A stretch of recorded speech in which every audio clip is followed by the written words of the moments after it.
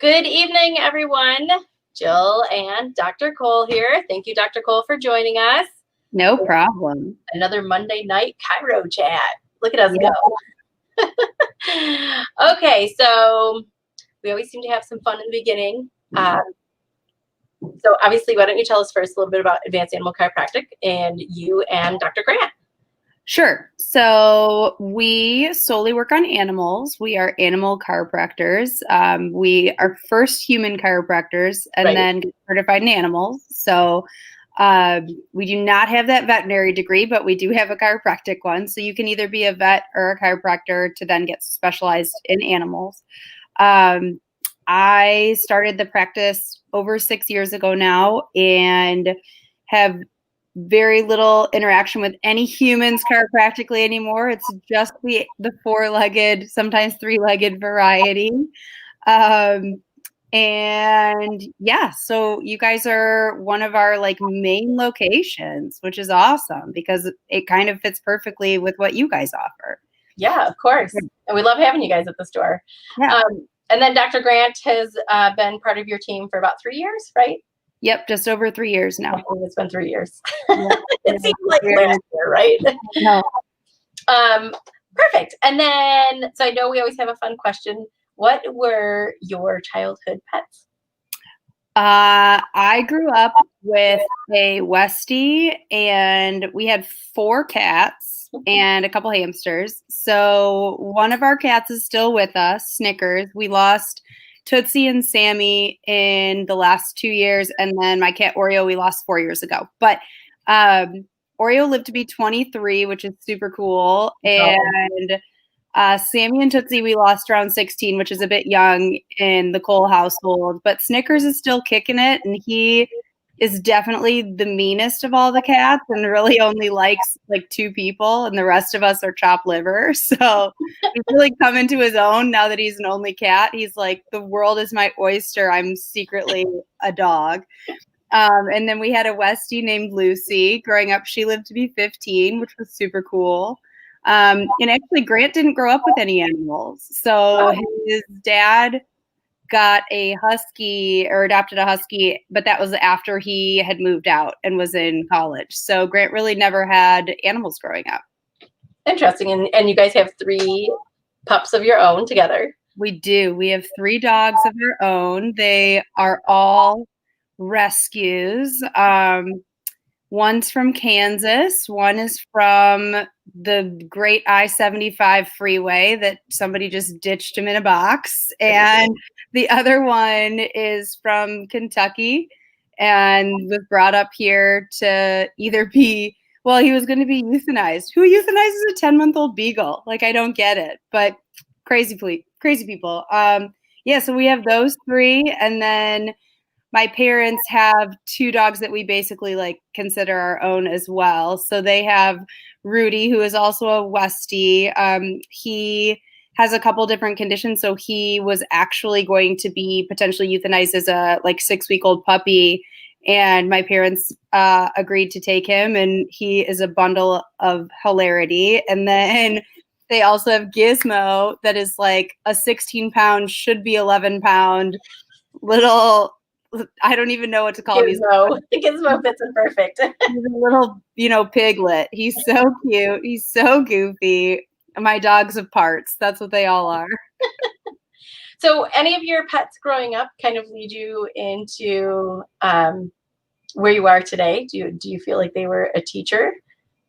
I'm sure they all were. I think being so young with having our family dog, and if people are familiar with Westie, the breeds, they don't necessarily tend to really enjoy children. So it's not like Lucy didn't like us. She loved all of us, but she definitely gravitated more towards my parents than my brother and I, which no big deal. So I would say growing up, I was way more of a cat person. And then I think I'm just an animal person in general, but no, it really wasn't any of my pets that drove me to animal chiropractic. I would say they drove me to knowing I wanted to work with animals for sure.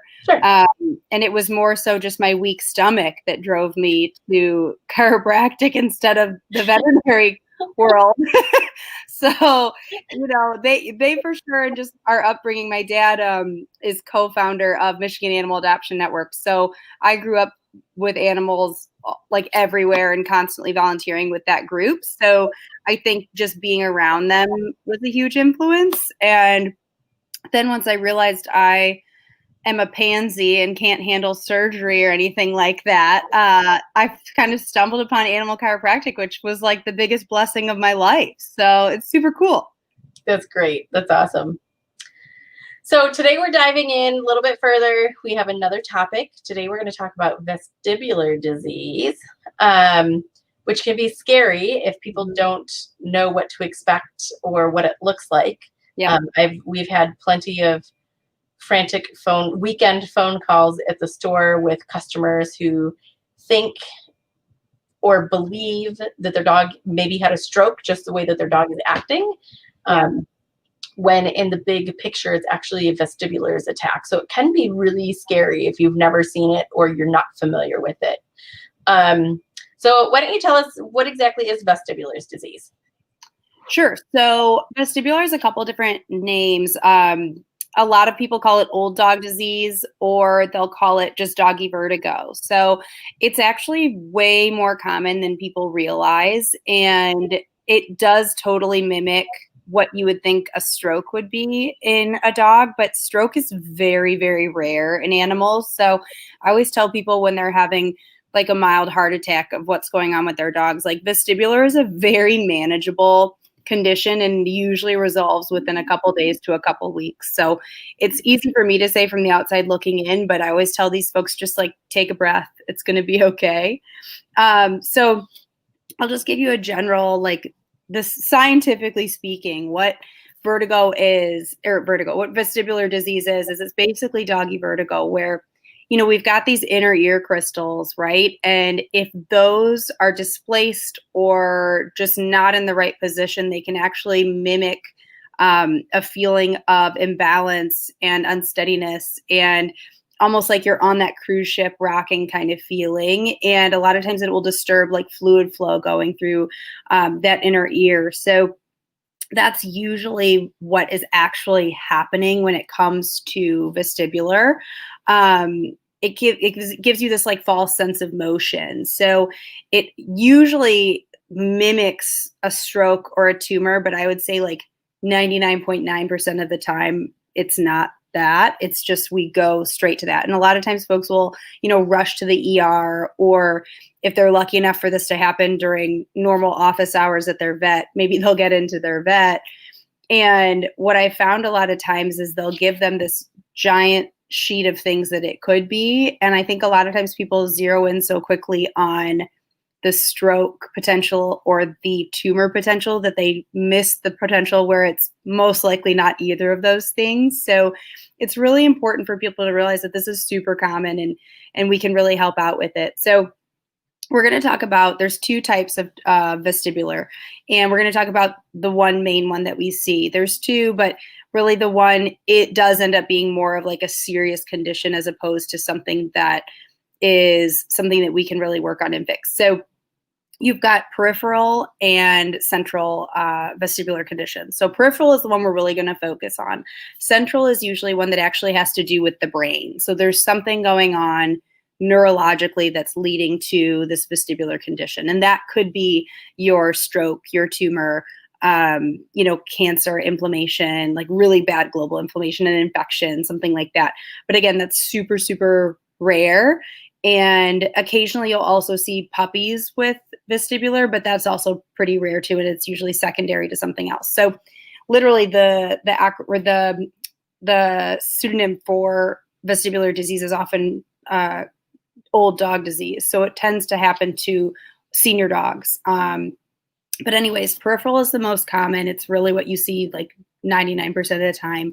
And it basically is just where you're getting irritation between the nerves that are communicating from your brain through your inner ear. So there's just like this short circuit that's going on. It's usually very sudden. It's not like something that slowly comes on. You tend to have an animal that goes from being totally fine without any issues to suddenly they are mimicking someone that's drunk or they're looking like they're stroking out. So there are a couple things that can sometimes precede it. That can cause those inner ear crystals to kind of move around and not be quite right. Sometimes it can be really heavy exercise in your senior dogs. Occasionally it can be something as simple as just like they've misstepped, they've tripped, they've stepped into a divot and it's just thrown off their balance a bit. It's sometimes we see it after they do have like a virus or some kind of viral infection that can affect the inflammation level in their ear and that sort of thing. Chronic dogs that have chronic ear infections do have a propensity, I would say, to end up having vestibular later in life, just because that can end up causing damage to that inner ear.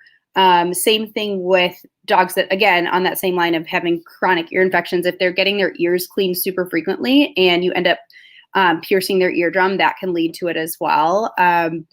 Any dog that like has a major trauma or goes headlong into a fence or into your wall, that sort of thing can lead to it as well. And occasionally it can be a side effect from different drugs, but not quite as common. And the drugs that tend to have that as a side effect aren't necessarily your standard drugs used for just everyday things.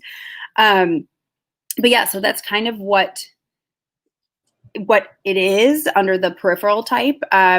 But I'll run down some symptoms with you guys if you want me to really quick, because they're pretty darn obvious. And they are pretty obvious. So yeah, and I might have a couple to add. So what are some of the main symptoms that you and Dr. Grant see when you see a dog that comes in with vestibular disease or vestibular most of the syndrome? time you get a little bit of a head tilt, and it doesn't have to be super severe, because a lot of times people will Google it and they'll see dogs that are like this, and that's a bit more extreme. A lot of times it's just very minor.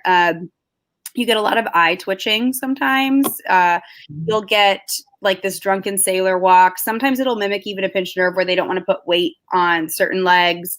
You'll get dogs that'll circle constantly, always in the same direction.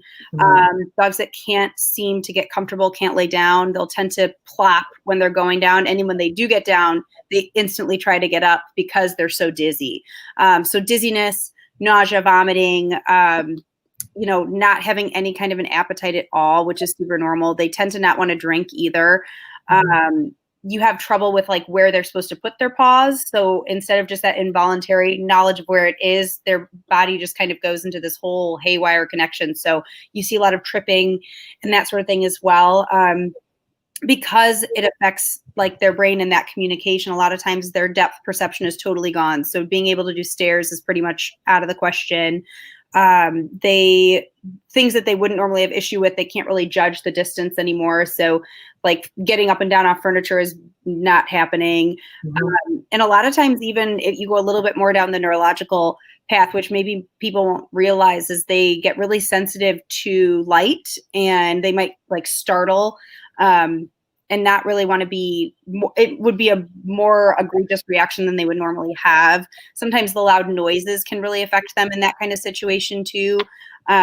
Or in the opposite sense, it could be that it's a really bad ear infection going on that's causing it, and you might not have as much hearing. So you might actually get loss of hearing. So it's a whole laundry list of symptoms, and truly you could just pick and choose one or two things, and it could still, and it's probably vestibular. Like your dog does not have to have all of those at all. We oftentimes get a dog that only have 2 or 3, and they'll do just fine. But then you'll also have dogs that have everything under the sun, and it's super scary to watch, because a lot of times we actually just had a video up not that long ago of a Chihuahua patient that we were working on, that literally he couldn't hold his head upright and he was totally to the side like this, and anytime you'd try to move him, I mean, he'd twerk his whole body to try to get that way. And you always have to tell people that, like, I don't know, not a lot of humans have suffered from vertigo, but if you have, you know that his like line of sight and that balance, that horizon line is so off that he's doing whatever he can, or she, to make it so that everything's level. So it's kind of crazy that a dog has to almost be totally sideways in order for it to be like normalized. And even sometimes you'll see, even if they don't have the eye twitching, you'll see that their pupils are just a little bit off. Either they're too dilated or too constricted. It's not right. They almost seem foggy. So those are some of the ones that we tend to see. Yeah, and even sometimes loss of appetite, and I think that goes along with the motion sickness or the like dizzy, nausea, and then the depth perception that goes with that. I know Dr. Grant just had a client in last week that it wasn't as severe. The dog could still walk, but even giving a treat, like she couldn't grasp like where my hand was. So it's the perception is really off. And then we see dogs that are so severe that the owners have to carry them into the front of the store, into the consult room, because they literally can't even walk. I mean, like you said, the drunken walk is now like so past what it was and I think sometimes it's scary to owners, because especially if you start seeing like you described, the eye twitching, which is called nystagmus, which is either rapid movement of the eye going back and forth or up and down. I mean, that can be scary. Like if you've never seen that before, that's like a first time, an owner seeing that for the first time, you're like, what's happening? Yeah. You most surely think something more is going on than having a vestibular attack. So. Yeah. And I think a lot of these folks, like, you do tend to flip out and go to the ER, right? Well, it's interesting how many that we will get come into our offices, and it just seems like it's so cut and dry vestibular, yet they weren't told that that's potentially what it is. You know, unless they are, and they're just so focused on the thought that it could be a stroke or tumor.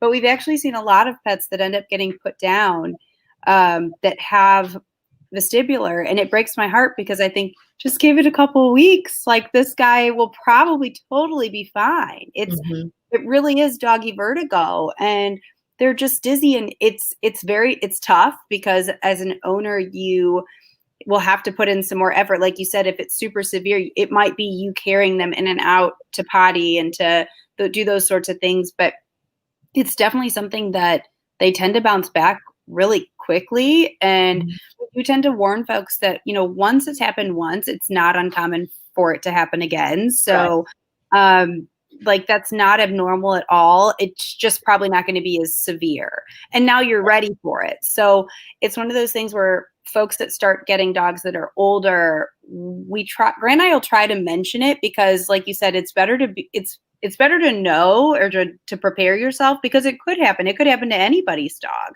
Yeah. There's really not, if you really do like some digging and looking into potential breeds that are affected, I don't really think it's partial to any one breed. I think it's just, if your dog has had a history of ear infections, I would say you definitely have the likelihood of something like that coming up. If you have a pet that's had histories of seizures, probably as well, the same line of thought. But if you've had a crazy active dog, but there's really no way to predict it. So this is one of those few things that I can't really say, like, if you have a beagle, this is probably going to happen. Like, that's not the case at all. It's so random. It affects, all different breeds, all different ages, all different sizes. It really doesn't matter. And I don't think there's really a good map of how long it takes for them to respond too, because some dogs that have a very mild case of it end up having a little bit of a head tilt forever. It like just never fully levels out. You might get a little bit of it kind of looks cute actually. And some of these dogs, it always looks like they're asking you a question. But like some of these dogs that come in that you think are going to respond and just totally normalize within 2 to 3 weeks always end up having a head tilt, but everything else is totally normal. Whereas you have other ones that come in that can't walk. And then, 3 weeks later, they're fine. So it's kind of crazy how it runs the gamut. There's really no predictability behind it. And I would say I've really only seen vestibular in dogs. Is that your experience as well? You haven't seen it in cats? And then a couple other quick things that can sometimes, like ear infections or chronic ear infections, definitely could be a reason that you would maybe see vestibular, as well as age. I know our one greyhound, he had attacks of the nystagmus and the eye twitching and head tilt here and there. That was poor Mikey. He'd get those every now and again. But sometimes head traumas, tumors, hypothyroidism, some of our antibiotics can sometimes lead down that path as well. So, there are some other reasons. It doesn't have to be just ear infection, so that comes up. And honestly, I would tell you, if you have a senior dog, go on YouTube and just do a quick search for vestibular. And I'm sure you'll be able to find some video. Do you guys have videos as well on? Okay. So, go under the Advanced Animal Chiropractic YouTube page and see, just to kind of prepare yourself, like see what it looks like. So if it happens, you have an idea, and then at that point you could say, okay, I need to come in for some chiropractic. We need to do something for your pet. Totally. And then out of curiosity, I know this was a question I had a couple weeks ago with Grant's new client. She was kind of wondering, like, how many adjustments would somebody really need, depending on, I know there's some severity issues and whatnot, but like how soon should somebody see a difference or improvement with their dog if chiropractic is the one thing that's going to help them with vestibulars? It's pretty fast. So you'll at least see, like, within, usually, if you get an adjustment within a week, you should already see some improvement. Like the head tilt should lessen a little bit. It really depends on what symptoms your dog's showing. But regardless, they differ no more than anyone else when it comes to like our 3 adjustment litmus tests. Like if you don't see any changes within 3, you guys aren't going to get any. But I can honestly say when it comes to vestibular, I don't think I've ever had a single dog that has not recovered.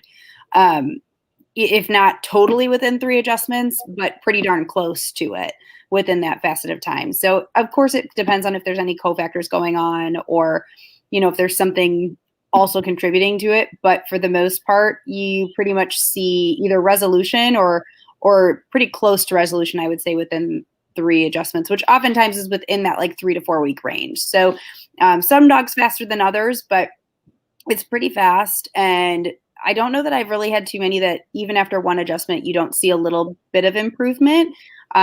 If you're doing them fairly back to back, then you might not see a huge difference between 1 and 2, but I would definitely see some change at some point pretty quickly. And a lot of these dogs, like if you have a dog that's also, I would say the one thing that does tend to be helpful if you do have a nauseous dog, a lot of times if you do end up going to your vet, they might give them an anti-nausea shot or a pill or something like that. And I would say of all the conventional treatments, that might be the only one that I would say can help, because if your dog's not eating and they're just nauseous all the time, they're probably not going to be drinking, and dehydration is a huge problem with these dogs. So, right.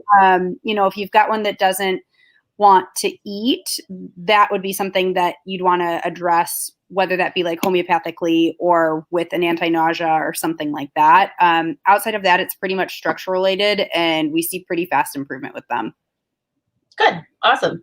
So I know, moving on to supplements, kind of fitting with what you're already talking about, we do have some herbs that are great anti-nausea options.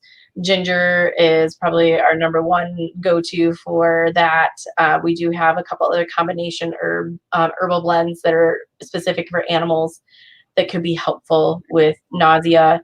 Even if your animal will drink liquids, if you can get some goat's milk or bone broth or something different in them that has some electrolytes and some nutrition rather than just plain water, as long as they're not vomiting that up. The concern is if your pet drinks it and then vomits it, that's when the dehydration could come into play. So sometimes actually doing IV fluids could be helpful depending on the severity of your dog's vestibulars. But any other recommendations for supplements? I have a couple homeopathics we can go through as well.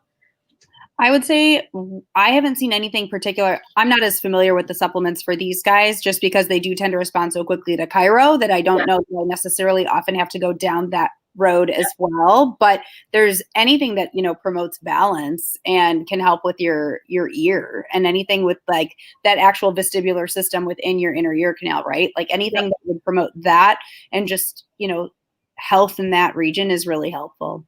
Sure. So the couple that come to mind, some of the cellular salts or cell salts that as we call them at the store. Number 9 is nat mur, and that is actually really good for helping with water balancing. So if we're dealing with some dehydration, that can sometimes help out with that without getting to the point that you are dehydrated and then have a hospitalized animal. Yeah.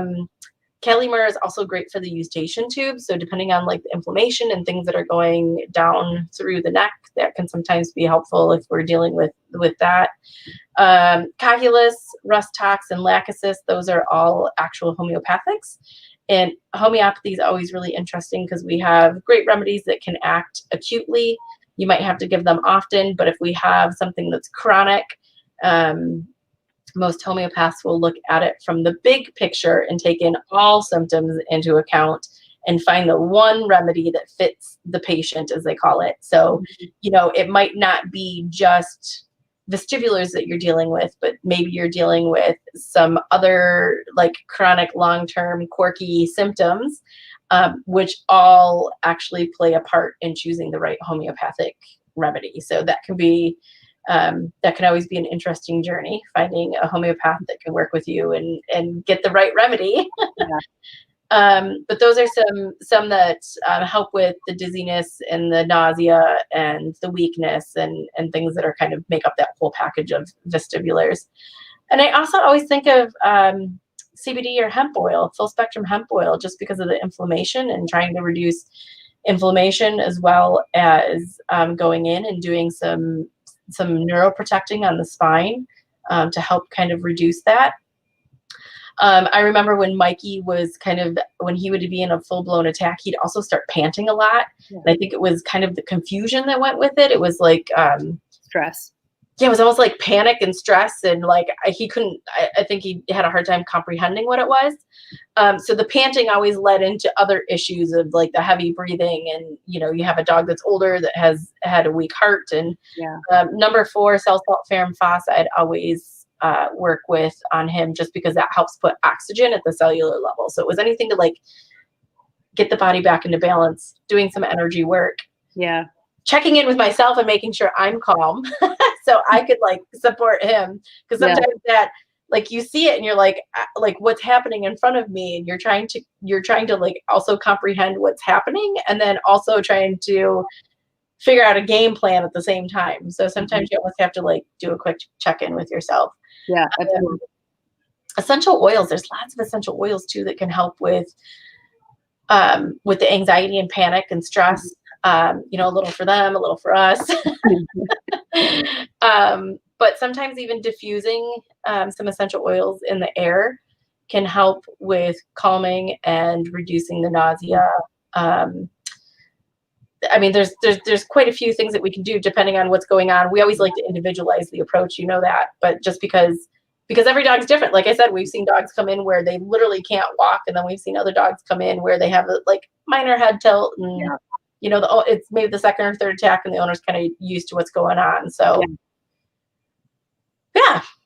but there's things we can do besides chiropractic. If it's really bad, there's always some other supplements that we can add on board to try and help out, or help you with the nutrition portion of it, of how can we make sure that your dog doesn't get dehydrated. Good. You think there's anything we're missing? I don't think so. It's a pretty straightforward topic. Okay. So if anyone has any questions, please go ahead and put it in the comments. We'll make sure that we circle through. We did have a couple quick comments here. It looks like, Libby dealt with it with her dog Molly, and she said it was pretty terrifying. She had never heard of it before, but now she knows a lot of people who've encountered vestibulars with their dogs. So it's kind of one of those things, like once you hear about it once, all of a sudden oh yeah, we dealt with that too. But it can be pretty terrifying. Yeah. I would say the biggest difference, and correct me if I'm wrong, if you have a different take on it too, but because some people think it's a stroke, a lot of times at the stroke, you get a very like lethargic dog, sometimes drooling, paralysis. Yeah. Can't get up to urinate or defecate outside. So there's definitely a little bit of a difference, like with a stroke versus vestibulars. Would you agree? I would say so. I think I've only had, out of all the clients we've worked on, only one of them has actually been a stroke. So it's also one of those things where stroke dogs don't get better. So it's pretty easy to tell fairly fast whether or not you're dealing with a stroke or a tumor versus vestibular. Like tumors don't get better either. So I would say if somebody's coming in and it also is like super quick, like a tumor doesn't come on one day you're fine and the next day you're not. It seems to be a bit more progressive. So with vestibular, it pretty much is that. It's 1 minute you're fine and the next you're not. So I think that if you've gone 2 or 3 weeks and there's been no change and your dog's actually getting worse, then that's likely that it's something more serious. Perfect. Thank you for sharing your experience, Livy. I'm glad you wrote us a little note here. And then Teresa, she also has a greyhound. Her full-size greyhound's name is Emma, and she just had her second episode last Sunday. So Teresa brings her greyhound in for chiropractic care. So I'm sure we'll be seeing her probably this week or next week to help Emma out. It's a good time to make sure you get a checkup is when we have another episode. So I'm glad you were able to share your experience as well. So good. All right. So if anybody else has any other questions, feel free to put it in the comments. We'll make sure that we circle back around. And Dr. Cole, if you could tell us a little bit about the appointments. So we have 2 appointments. One is the initial. So that is the first time appointment when somebody comes in. And then we have follow-up appointments. So if you could tell us a little bit about those. Yeah, sure. So it's pretty easy to get an appointment with us. There's 2 of us, so it's helpful. We are at your guys' place from Tuesday, Wednesday, and Thursday. Tuesday and Thursdays are in the evenings. Wednesdays are in more of the mornings to early afternoons. And if one of us is booked, the other one probably has some availability. So it's not the end of the world. If you're trying to get in to see one of us and we're booked and the other one's available, it's okay. You can totally spread your wings and try both of us out. It's going to be just as good. We're both trained the same. So, and the one thing people don't realize is you guys have like notes for, you guys share notes. So some people are like, oh, I've never seen, Dr. Grant, I only see Dr. Cole, but Dr. Grant has access to your pet's notes if it's follow-up care. So yeah, it's super easy. And I mean, it's one of those things where a lot of times people will be referred to one of us or instead of the other because somebody's seen one or the other. And we always have to tell them, well, it's okay. I would rather you get your dog in and, with whomever, and we'll make sure they get better. But so it's really easy to make an appointment. Our initial is about 20 to 30 minutes long. That runs $90, but it includes a full history. We're pretty much checking you guys out the minute they start coming in, and it involves gait and palpation analysis and then an adjustment as well. And then follow-ups are about 10 to 15 minutes, and those run $55. Easiest way to schedule is honestly to probably go online and do it, and make sure, like Jill said, there are 2 separate kinds of appointments. So if you are a follow-up, make sure you schedule as a follow-up. If you're an initial, make sure you schedule as initial, because otherwise you're just chincing yourself out, because we can't really fit an initial into a follow-up slot. It takes a little bit more time, and we can do it. It just won't be as thorough as we like to be. So make sure you guys get that right. And if it's at all confusing, you can always just call the store too. It's one of those things where sometimes we're not the most tech savvy, and that's okay. That's why we have the phone as well. But so it's pretty simple. If people have questions, they're always welcome to ask. But I would say we're pretty good about getting people in that same week. And usually if we're pretty booked up, we'll try to expand our hours if we're able to. So and pretty much everybody I think on my staff has had an animal adjusted by either Dr. Cole or Dr. Grant. So if you have questions, most of us can answer some pretty basic questions. If you start asking us about anatomy and bones and vertebrae, probably not. But we can answer a lot of basic questions, or the different things that we've seen chiropractic help with. We've seen a lot of dogs and cats come in for chiropractic care for various different reasons and their improvements. So we can probably answer some simple questions, and of course, get an appointment booked for you as well. Yeah. So it looks like we have one last question. Maya is asking if DM can actually cause vestibulars. So totally unrelated things. So you might have a little bit of inflammation potentially from DM that I guess could contribute, but DM is affecting the tail end of the spinal cord and that myelin sheath, whereas vestibular is all about the vestibular system in the inner ear area. So totally different. However, I guess if you've got a dog that is dealing with DM and they're falling a lot and they're, hitting their head on things, that could constitute a trauma that could in turn cause like a domino effect and alter, that inner ear crystal and cause them to have vestibular. But I think it's a little bit of more of like a chain reaction as opposed to one definitively causing the other. Perfect. Thank you for answering that. No problem. All right. Well, if you guys have any other questions, of course, we circle back around and make sure that we get everything answered if something else comes up. If you guys have any topics or questions that lead to topics that we could talk about, let us know. We're always looking for new things to talk about, new challenging things to talk about. We will be back again next Monday, 7:30. I am probably going to, Christina, you and I would both agree, Labor Day Monday, which is September 7th, we'll be taking that day off. Yeah. But next week is August 31st, and we will be here Monday night at 7:30 with another Chiro chat for everybody. Yeah. Cool. All right. Appreciate you joining me tonight, Dr. Cole, and we'll see you next Monday.